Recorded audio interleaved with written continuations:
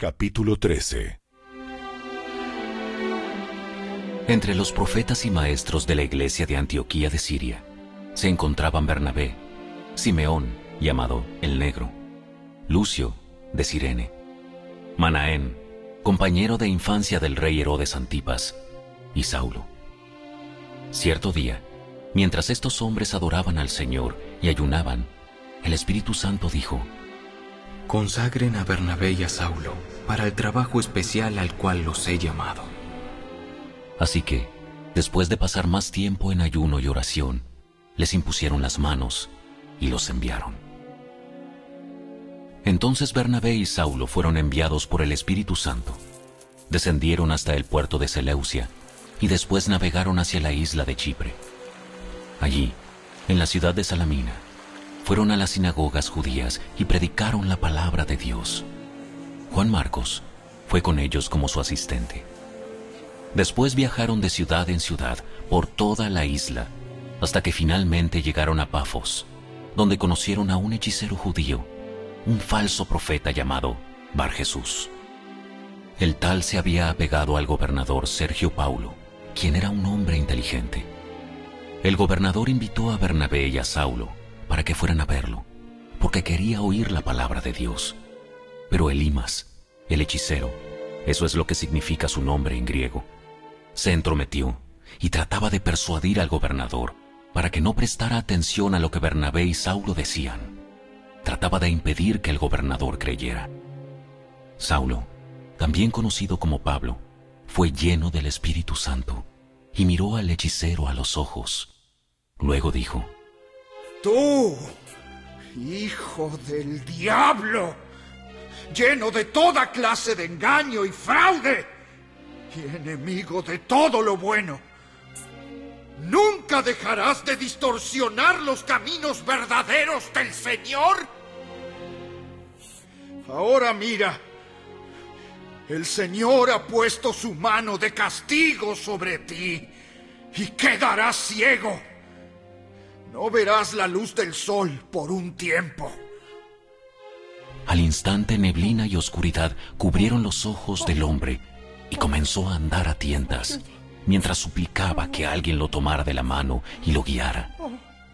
Cuando el gobernador vio lo que había sucedido, se convirtió, pues quedó asombrado de la enseñanza acerca del Señor. Luego Pablo y sus compañeros salieron de Pafos en barco rumbo a Panfilia y desembarcaron en la ciudad portuaria de Perge. Allí, Juan Marcos los dejó y regresó a Jerusalén, pero Pablo y Bernabé siguieron su viaje por tierra adentro hasta Antioquía de Pisidia. El día de descanso fueron a las reuniones de la sinagoga. Después de las lecturas acostumbradas de los libros de Moisés y de los profetas, los que estaban a cargo del servicio les mandaron el siguiente mensaje: Hermanos, si tienen alguna palabra de aliento para el pueblo, pasen a decirla. Entonces Pablo se puso de pie, levantó la mano para hacer que se callaran y comenzó a hablar. Hombres de Israel, y ustedes, gentiles temerosos de Dios, escúchenme. El Dios de esta nación de Israel eligió a nuestros antepasados e hizo que se multiplicaran e hicieran fuertes durante el tiempo que pasaron en Egipto. Luego, con brazo poderoso los sacó de la esclavitud. Tuvo que soportarlos durante los 40 años que estuvieron vagando por el desierto. Luego destruyó a 7 naciones en Canaán y le dio su tierra a Israel como herencia. Todo esto llevó cerca de 450 años.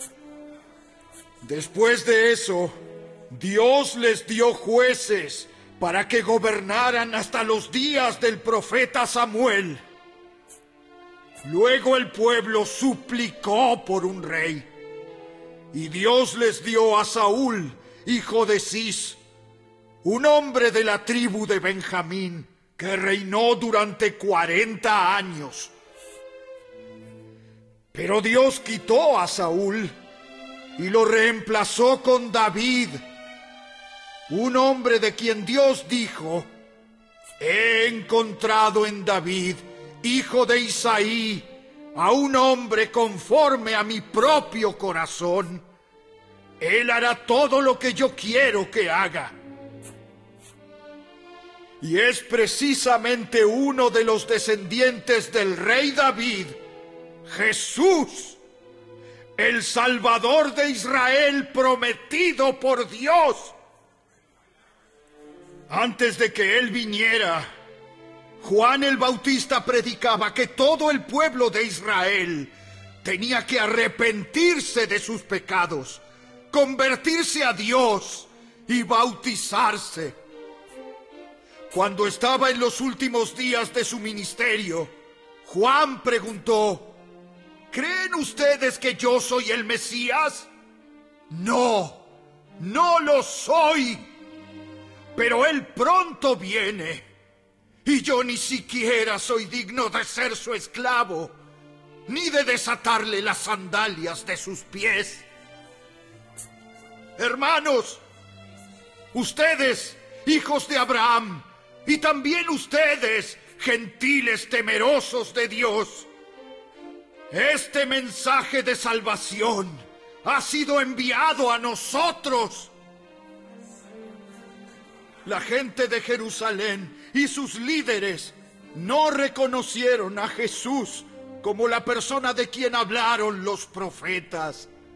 En cambio, lo condenaron, y al hacerlo, cumplieron las palabras de los profetas que se leen todos los días de descanso. No encontraron ninguna razón legal para ejecutarlo, pero de cualquier forma le pidieron a Pilato que lo matara. Una vez que llevaron a cabo todo lo que las profecías decían acerca de él, lo bajaron de la cruz y lo pusieron en una tumba. Pero Dios lo levantó de los muertos, y durante varios días se apareció a los que habían ido con él de Galilea a Jerusalén. Actualmente ellos son sus testigos al pueblo de Israel.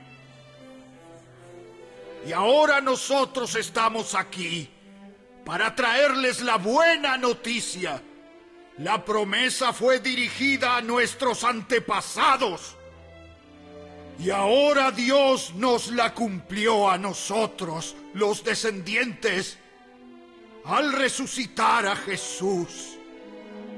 Esto es lo que el segundo salmo dice sobre Jesús: tú eres mi hijo, hoy he llegado a ser tu padre.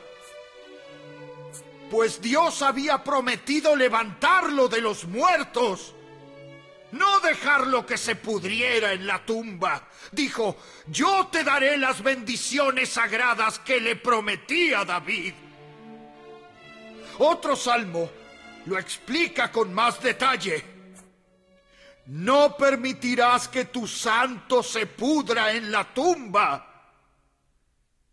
Este salmo no hace referencia a David, pues después de haber hecho la voluntad de Dios en su propia generación, David murió. Fue enterrado con sus antepasados y su cuerpo se descompuso. No, el salmo se refería a otra persona, a alguien a quien Dios resucitó y cuyo cuerpo no se descompuso. Hermanos, escuchen. Estamos aquí para proclamar que por medio de este hombre Jesús, ustedes tienen el perdón de sus pecados. Todo el que cree en él es declarado justo ante Dios, algo que la ley de Moisés nunca pudo hacer. Tengan cuidado. No dejen que las palabras de los profetas se apliquen a ustedes, pues ellos dijeron: miren, ustedes burlones, asómbrense y mueran, pues estoy haciendo algo en sus propios días, algo que no creerían aun si alguien les dijera. Cuando Pablo y Bernabé salieron de la sinagoga ese día, la gente les suplicó que volvieran a hablar sobre esas cosas la semana siguiente.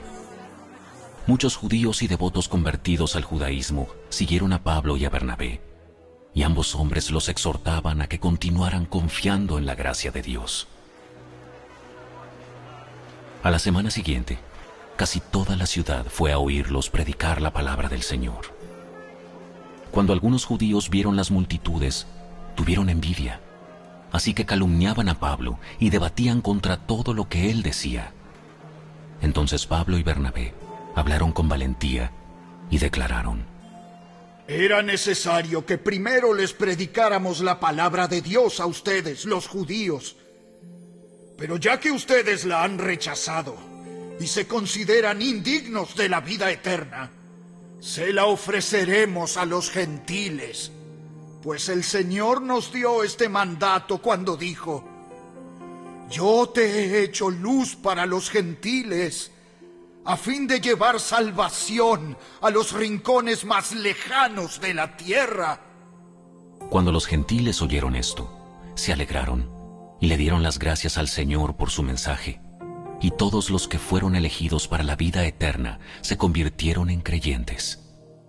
Así que el mensaje del Señor se extendió por toda esa región. Luego los judíos provocaron a las mujeres religiosas influyentes y a los líderes de la ciudad, e incitaron a una turba contra Pablo y Bernabé, y los echaron de la ciudad. Así que ellos se sacudieron el polvo de sus pies en señal de rechazo, y se dirigieron a la ciudad de Iconio. Y los creyentes se llenaron de alegría y del Espíritu Santo.